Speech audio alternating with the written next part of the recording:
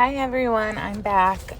It took me a little bit to get back on here to begin my third graders end of year review. I believe it was last week, I posted my son's fourth grade review, and so I'm going to get into talking about hers for just a little bit. This will hopefully go a little bit quicker than his, as I now know my setup and how to work with this. So it's a little bit different, but I am going to be showing some screen clips and pictures along the way of what I'm talking about. I couldn't grab every book together and film it the way that I normally do right now because I'm so busy, but I'm making it work. So let's start with her third grade language arts. So finishing the year, she is getting close to being done with her easy grammar. I believe it's called daily guided review and grammar or something like that, but I'll put a picture on the screen. She's been working through this honestly for this whole year and then half of last year. So she's slow going with this, but she actually enjoys it. She picks it up every day without complaint. And she's going to finally finish this year. She's in the second grade level because, like I said, she started it towards the middle to end of last year. And then it kind of fell on the wayside for a while, and then we got back into it. So she's finishing second grade, even though she's in third grade. And then I plan to get her, I believe the fourth grade level would be fine because she's testing really well in her English right now. So I think I'm going to try the fourth grade level at the beginning of next year. And if that goes badly, then I'll go back to the third grade level. But I think it'll be fine because it's really just a quick review. What else does she do? She does easy peasy all-in-one homeschool every day for language arts. So I don't have her do the writing portions on their plan, but she does do the interactive games and the grammar review on there as well. They have worksheets, and so she just goes on easily every day and clicks through what she needs to get done. That's mostly the gist of her language arts, and she's very happy with it right now. Occasionally we'll throw in her like real world writing from Evan Moore. She's fine with that. She's really easy with English. This is one of her favorite subjects, so she doesn't really fight me with anything. We did get through almost the entire Michael Clay Thompson Poodle, the first Poodle book in the series. So I believe there's 4 now. We're on the first one. We haven't quite made it to the end.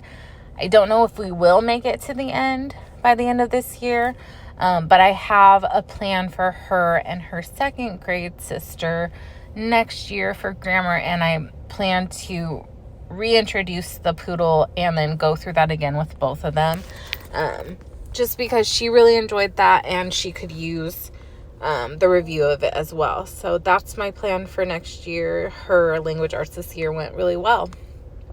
On to math. She had a hard year in math. She has a hard year in math every year, honestly.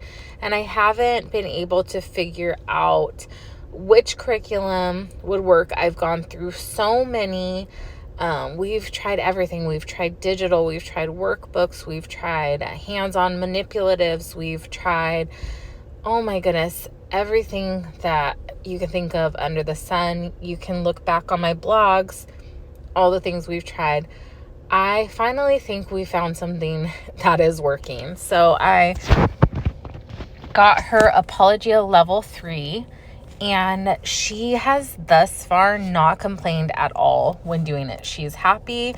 There's not too many problems on a page, so she doesn't feel overwhelmed with it taking a good chunk of time. She loves that in between all the lessons, there's different like games if we want to do that.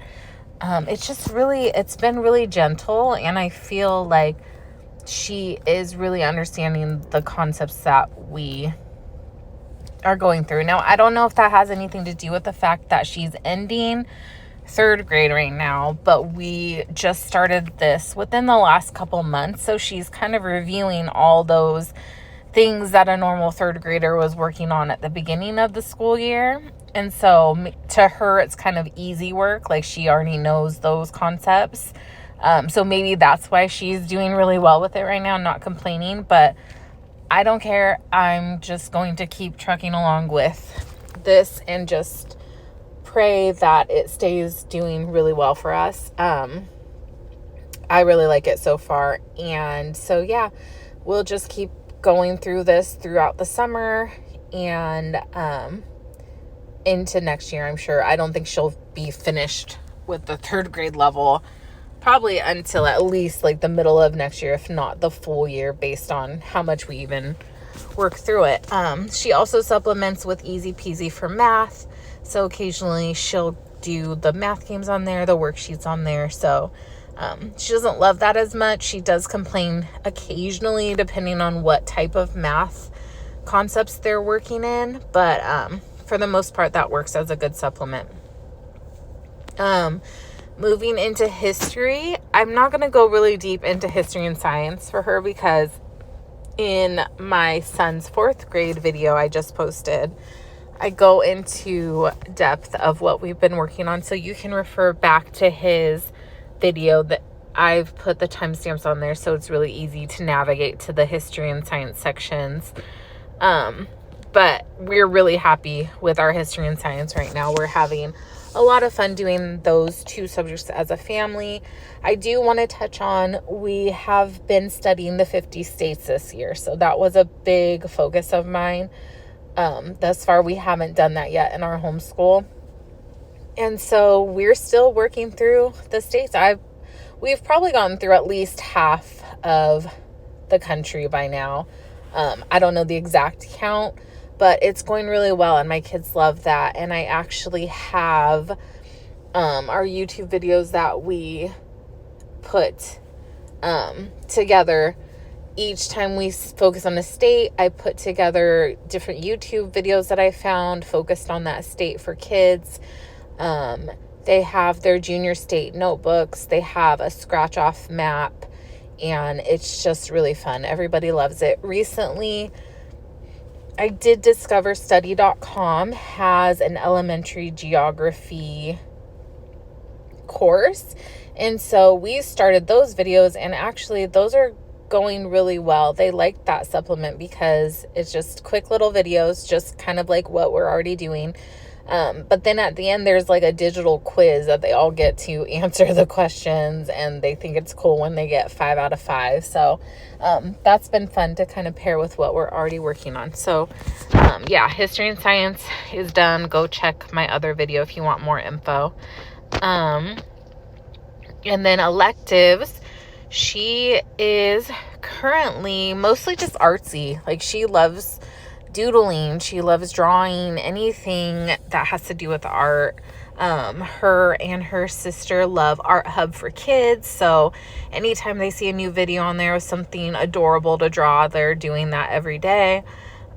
They're still working through Draw right now. We're actually still only in book 1 because we do it maybe once a week, if even that.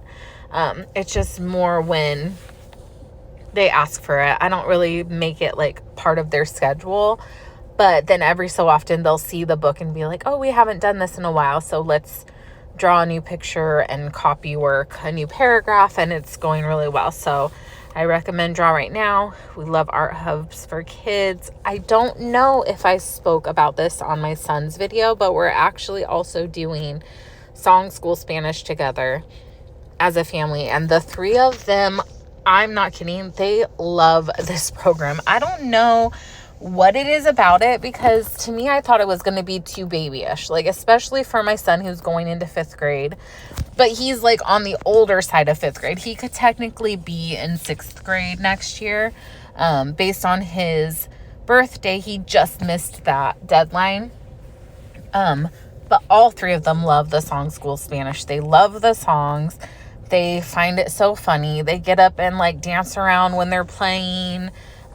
They love trying to talk to each other in what little like words they're learning. And thus far, it's not really like putting together sentences or anything. It's more just like basic concepts of certain words. So like every week we're focusing on one lesson, which is like this week we're doing numbers. So I want to say that's like chapter 20 is what we've got to.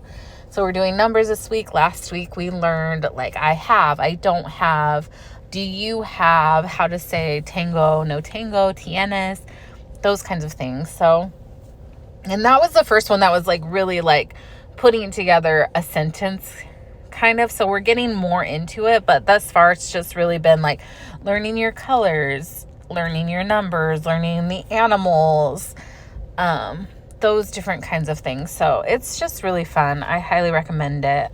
My kids absolutely love it. And even if you think it might be too babyish, try it anyways, because my kids absolutely love it. Like they ask for it and they get upset when I don't schedule it in. So yeah, we love that. I didn't talk about Bible in my son's video, so I just want to quickly touch on, we usually will watch like YouTube videos, read our own little lesson based on things that I think that I've seen in our household that we need to really like read about and just realign ourselves with the word. But also we did finish Cold Case Christianity just last week. This was really fun. It was really fun for a short time. My kids didn't love it towards the end, just like in the sense of they didn't care to do it. They were totally fine with the information. Doing it, they were fine. But like when I would say, do you want to do that? It was like, they didn't really want to do it. So I don't know. They just lost interest. But the information was really good. But again, I think we could have skipped that and they still would have learned so much in Bible this year just from what we do independently.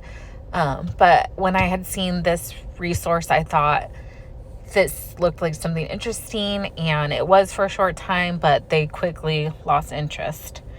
As far as her summer plans, she's again going to be doing a summer bridge book.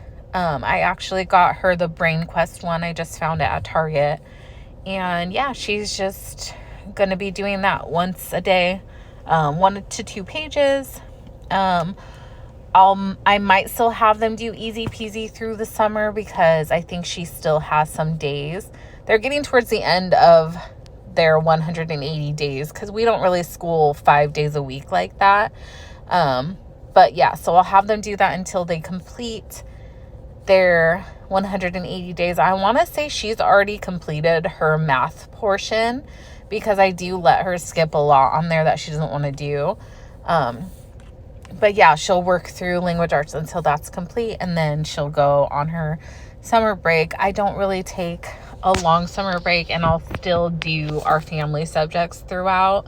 But the majority of their stuff is just going to be reading books, reading logs, her summer book, 1 to 2 pages a day, and then family subjects sprinkled in here and there.